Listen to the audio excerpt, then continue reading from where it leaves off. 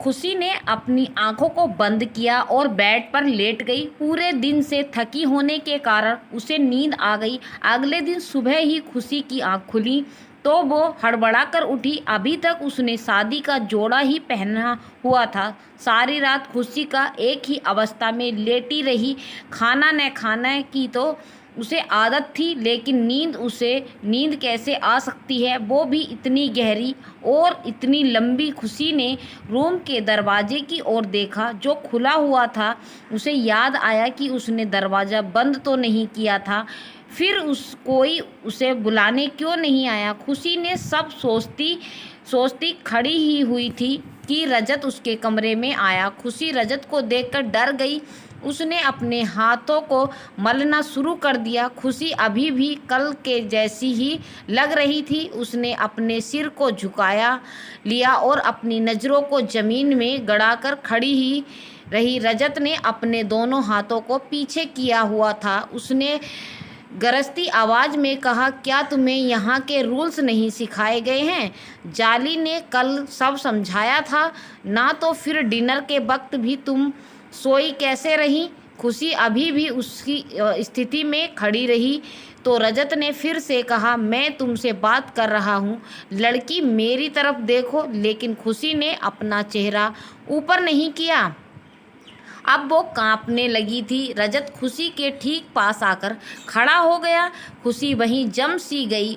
उसकी धड़कनें मानो ख़त्म हो गईं। रजत ने खुशी के चेहरे को जबड़े से पकड़कर ऊपर किया। तब भी खुशी की पलकें झुकी हुई थीं। तो रजत ने उसके जबड़े को भींच कर कहा, जब मैं बात करूं तो तुम्हारी नज़रें मुझ पर होनी चाहिए, समझी? अब अपनी आंखें खोलो और देखो मुझे। खुशी ने एक एक बार भी रजत को नहीं देखा था, इसीलिए उसने अपनी पलकों को हटाकर रजत का दीदार किया। जब उसने रजत को देखा तो एक पल के लिए वो उसे देखती ही रह गई। उसे अपने इतना यकीन नहीं था कि इतना हैंडसम और चार्मिंग लड़का उससे शादी करेगा। या तो वो सपना देख रही थी या फिर ये सब मजाक हो रहा था। खुशी रजत को पलक झपकाए बिना ही देखती रही। वही जब रजत ने खुशी की आंखों को देखा तो वो हैरान रह गया। इतनी खूबसूरत आंखें उसने आज तक नहीं देखी थी। इतनी मासूमियत भरी आंखें रजत के दिल को लुभा रही थीं। साथ ही उन खूबसूरत सी आंखों में पसरा वो खालीपन और अकेलापन भी रजत से छुपा नहीं। रजत खुशी की आंखों में खो गया। तभी उसे कुछ याद आया और उसने गुस्से से खुशी के जबड़े को भींचकर खुद से दूर धकेल दिया। खुशी हैरान सी रजत को देखने लगी तो रजत ने फिर से अपने दोनों हाथों को पीछे की ओर किया और खुशी को घूरते हुए बोला, 15 मिनट में तुम्हारे पास अपना हुलिया ठीक करो और नाश्ते की टेबल पर आओ। खुशी ने कोई हरकत नहीं की तो रजत चला गया। रजत के जाने के ठीक बाद जाली कमरे में आया और हैरान परेशान सा बोला, आपको बताया था ना मैंने कि समय पर खाने के लिए आ जाया करें। मैं आया था आपको बुलाने, लेकिन आप सो रही थी, इसीलिए मजबूरन मुझे सर को बताना पड़ा। खुशी कुछ नहीं बोली तो जाली आगे बोला, अब आप जल्दी से कपड़े बदलिए, आपके 5 मिनट तो वेस्ट हो गए हैं। सर नीचे आपका इंतज़ार कर रहे हैं। खुशी हड़बड़ी में बाथरूम देखने लगी तो जाली ने बाथरूम की ओर इशारा करके कहा, वो वहाँ, और कपड़े यहाँ बाहर अलमारी में हैं, प्लीज़ लेट नहीं होना। खुशी जल्दी जल्दी अपने कपड़े निकालने लगी। जल्दी करने से उसके हाथ कांपने लगे थे, इसीलिए कभी उसके कहीं पिन चुभ जाती तो कभी कहीं। फिर भी वो अपनी पूरी कोशिश कर रही थी। उसका हाथ जगह जगह चोट से भर गया। आखिर 7 मिनट में उसने अपने कपड़े और जूड़े को खोला था। अब वो जल्दी से नहाकर बाहर आई और अलमारी में कपड़े ढूंढने लगी।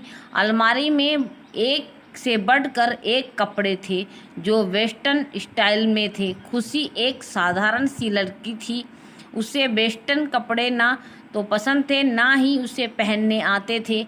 इसीलिए उसने अपने बैग से एक कुर्ता निकाला और साथ में जीन्स पहन ली।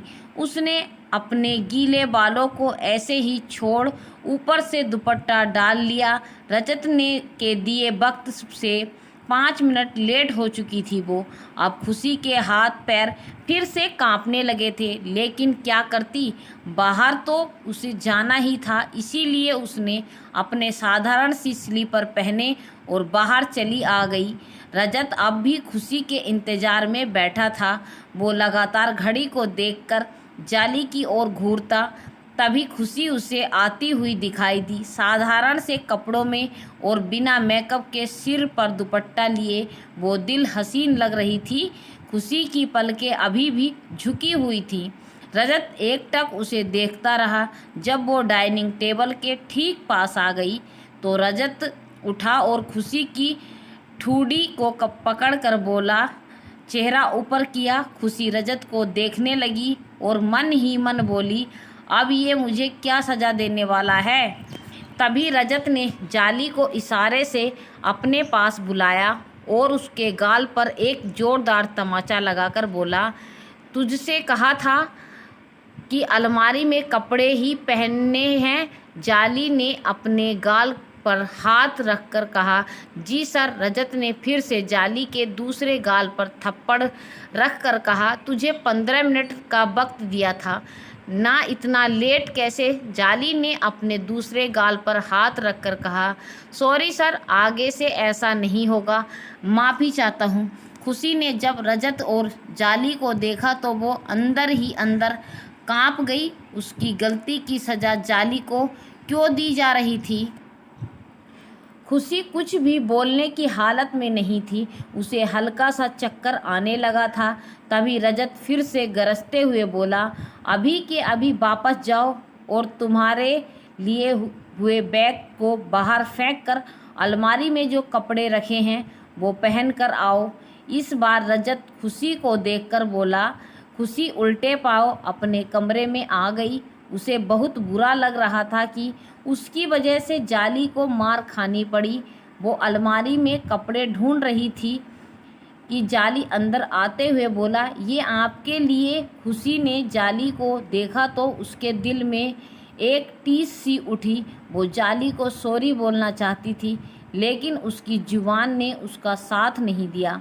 जाली खुशी के लिए पानी लेकर आया था। खुशी ने एक बार पानी को देखकर फिर जाली को देखा तो जाली मुस्कुरा कर बोला, वो सर ने नोटिस कर लिया था कि आपको चक्कर आ रहा है, इसीलिए उन्होंने कहा है कि मैं आपको पानी दे दूं। खुशी रजत की इस परवाह को देखकर हैरान थी। एक और वो उसे इतना टॉर्चर कर रहा था तो दूसरी ओर उसके लिए फिक्रमंद भी था। खुशी के दिमाग में यही सब चल रहा था। तभी जाली ने आगे कहा, आप वार्डरोब में से कोई भी एक ड्रेस निकाल ले। खुशी ने एक बार फिर वार्डरोब को खोला और निराशा से उन कपड़ों को देखने लगी जिन्हें कुछ देर पहले वो रिजेक्ट करके गई थी। उसमें सभी ड्रेसेस एक से बढ़कर एक थी, लेकिन किसी के एक बाजू नहीं था तो किसी के दोनों ही नहीं थे, तो कोई नीचे से कटी हुई थी। खुशी ने मुंह बनाया तो जाली उसे देख मुस्कुरा कर बोला, अब आप मिसेज रजत सिंघानिया हैं, इसीलिए आपको ऐसे कपड़े पहनने पड़ेंगे। मैम, तुम मुझे मैम बुलाना बंद करो प्लीज़। खुशी तपाक से बोली। जाली खुशी के मुंह को ताकने लगा। खुशी की आवाज़ बिल्कुल उसकी आंखों की तरह मीठी और प्यारी थी।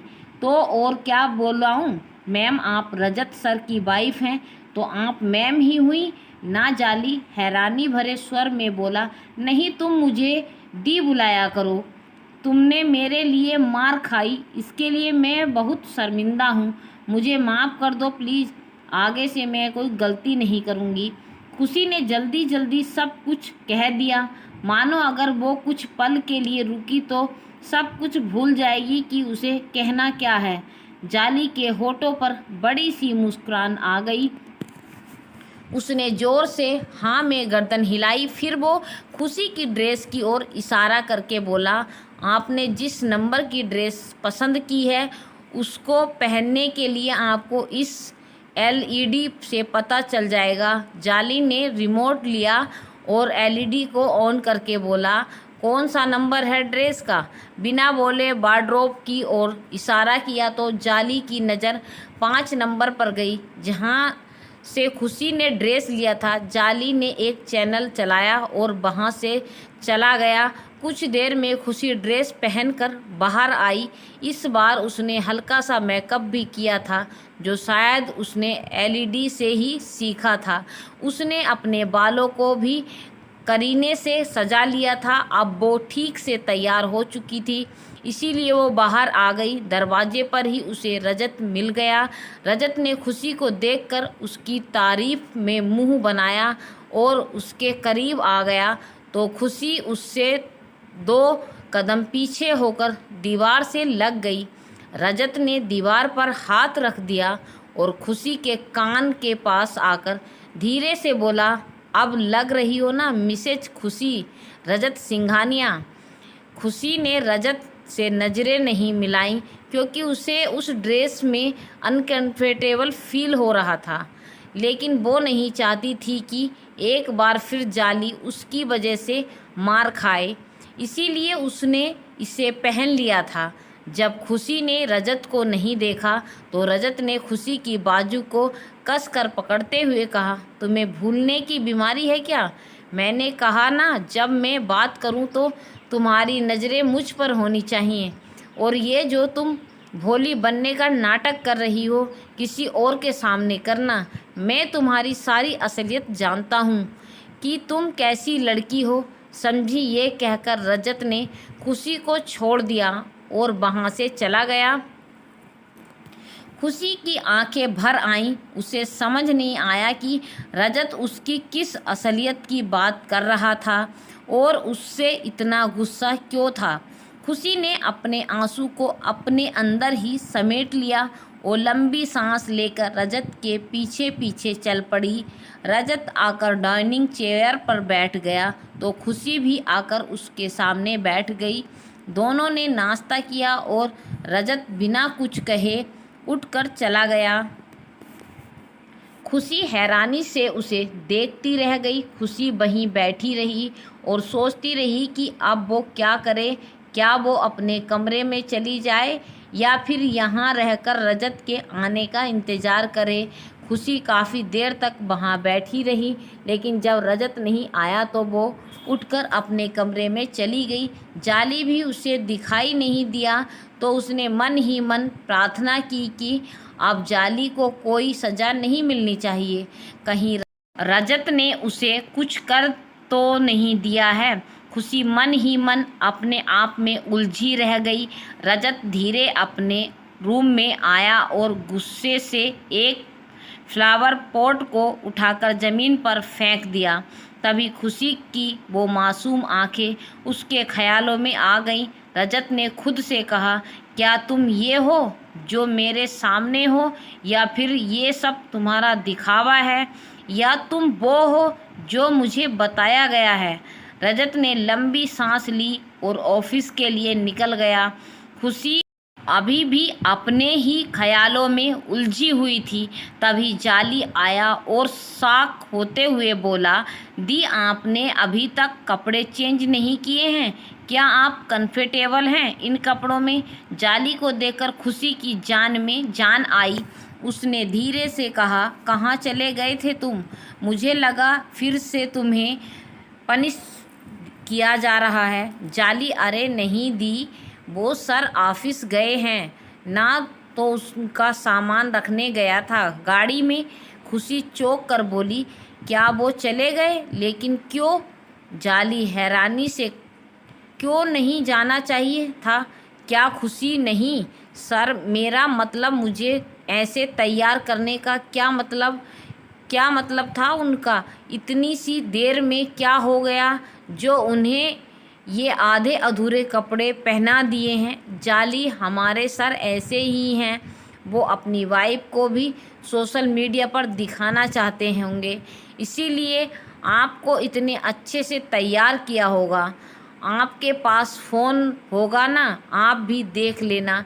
खुशी उदास होकर बोली, मेरे पास कोई फ़ोन वोन नहीं है, तुम जाओ यहाँ से, मुझे कपड़े चेंज करने हैं। जाली कुछ कहता उससे पहले ही खुशी ने मुंह फेर लिया तो वो चला गया। उन्हें ये आधे अधूरे कपड़े पहना दिए हैं। जाली हमारे सर ऐसे ही हैं, वो अपनी वाइफ को सोशल मीडिया पर दिखाना चाहते होंगे, इसीलिए आपको इतने अच्छे से तैयार किया होगा। आपको पास फ़ोन होगा ना, आप भी देख लेना। खुशी उदास होकर बोली, मेरे पास कोई फ़ोन वोन नहीं है, तुम जाओ यहाँ से, मुझे कपड़े चेंज करने हैं। जाली कुछ कहता उससे पहले ही खुशी ने मुंह फेर लिया, वो चला गया।